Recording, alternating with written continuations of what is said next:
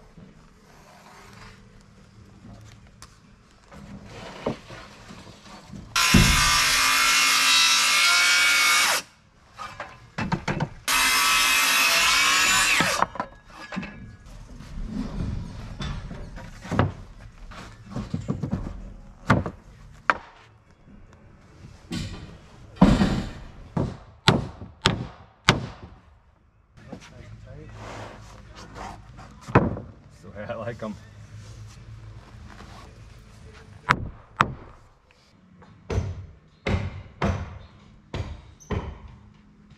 Our contractor showed up today. Now, he took a while getting here, but when he got here, he got to work quick and got lots done. So when he started the rafters, he took a look at my template, the one I'd made when I thought I was going to be doing it, and he liked it. He said it fit perfectly, so he just set about with that template, and he cut all, well, we didn't have all 44 pieces of wood, but we did have 29 pieces of wood, and he cut them all. And I'm thinking, how can you do that? I know it's not a consistent distance between all of these rafters from the ridge beam to the wall.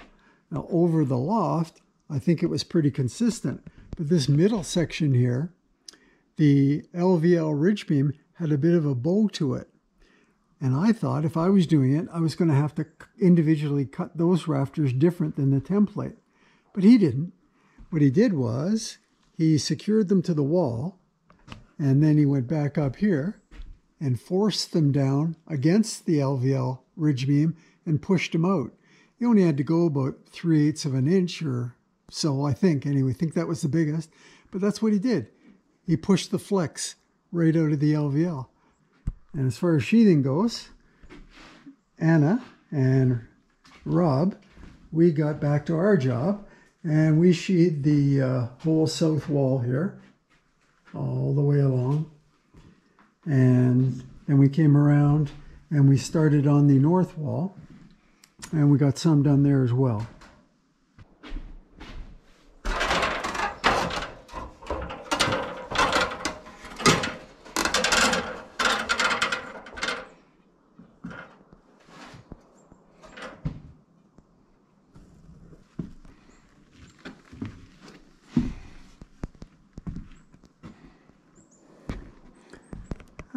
So this is the headroom of the loft. Is it good, the headroom? It's pretty good.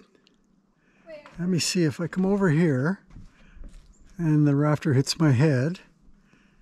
How far before a rafter hits my head again? Maybe about 9 feet. So it's pretty good.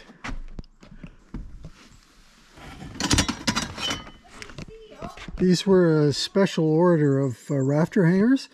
I got them from Home Depot, but I ordered them through Home Depot from Simpson's Strong Tie. So they had to be a special order because nobody carries these. They're rafter hangers big enough for a 2x12. So what the guys did was they tacked the rafter into the beam and then they added the hanger on afterwards. And here's a good reason why I couldn't do this. This is the scaffold setup he's got. And he brought an extra panel. And he made 3 panels. And then he put a stool on top of that. And then he stood on top of that. I mean, my knees would have been knocking on top of that thing. But he's like a monkey. And he just had no problem whatsoever. And he even put a 2x4 to balance himself. Or a 2x6 to balance himself there. Crazy. Anyway, Anna and I are happy with it. It's starting to look pretty good.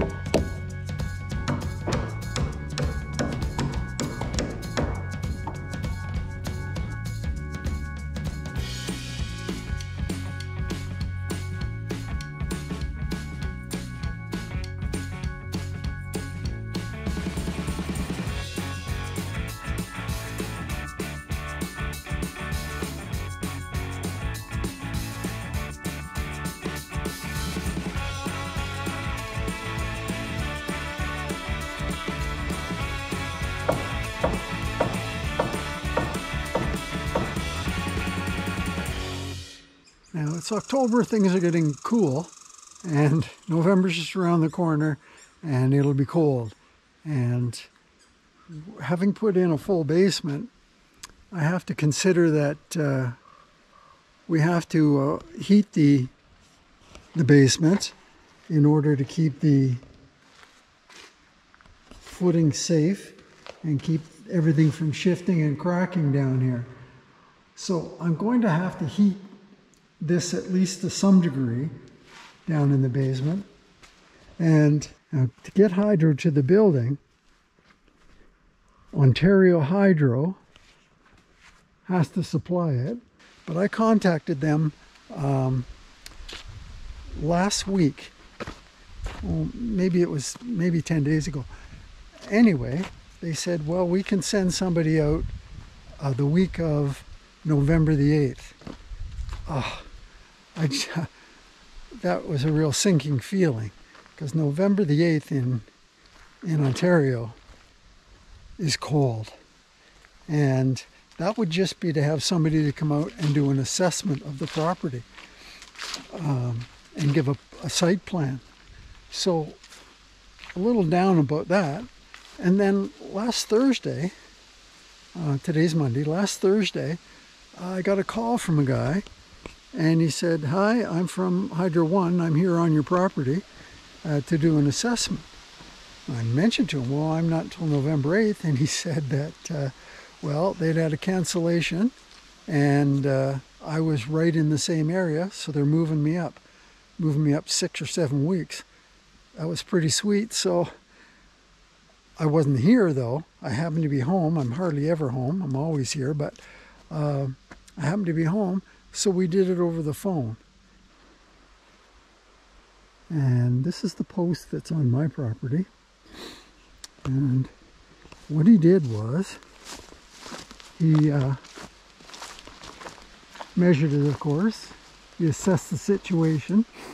And you'll see a neighbor over there has a transformer on their pole, and this pole does not. He said they would have to put a new pole in and put a transformer on this pole, and then run a line from here, and that's the direction of the cottage, right through there. And they will run the line underground. I'm responsible for digging the trench. They will run a line underground and all the way to the cottage. If we go straight down the road, the driveway, with the trench, it'd be a fairly straight line right to the cottage. So he did say that we could do that. We'd have to dig it a little deeper if it's under the road, like 3 to 4 feet the trench would have to be. And now I'm just waiting for the paperwork to come. When the paperwork comes, I can arrange a contractor to dig the trench right through here to the cottage. This last piece of bush, so straight down the road to the pole, and then right about here we'll come off the driveway and cut through the bush to the cottage, and that's the shortest distance possible. And right now we've had to take out a lot of brush and stuff, so far this morning, and I've moved a lot of brush, stuff like this right here. It was all piled up all along here, so we've moved it out of the way. And we think we should put some more privacy trees in here, so we're going to dig some up and clean some of this brush out and plant some spruce and balsam trees in there, and hopefully they'll grow. There are a lot of little trees around, and I think some of them will work okay. And I think Anna already has found some. Oh, no, she found a big tree. And that's about a 6-footer, so I don't know if it'll transplant well, but we'll give her a go.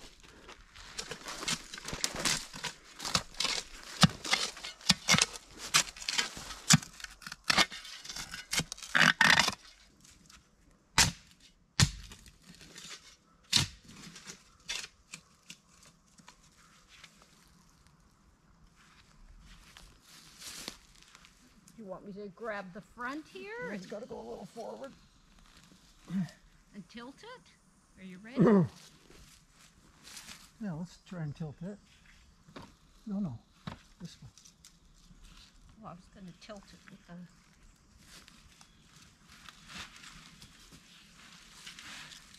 Oh, don't pull it yet. I can kind of lift it up as you pull it out.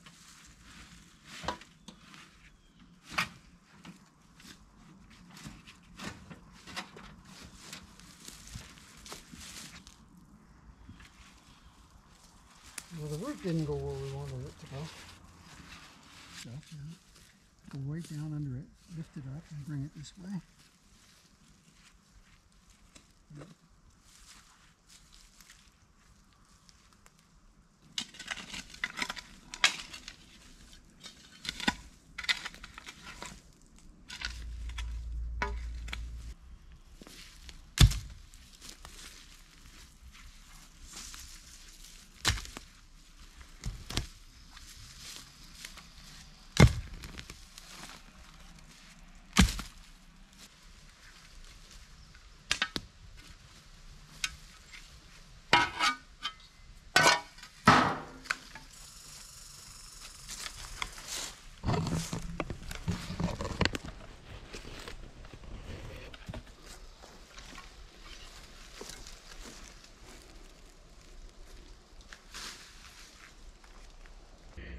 Okay, we need to get some water.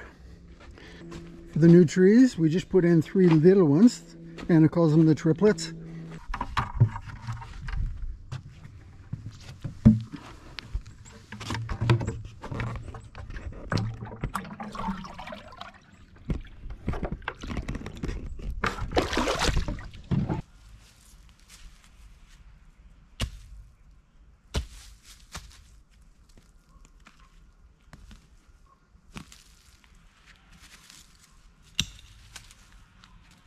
Santa.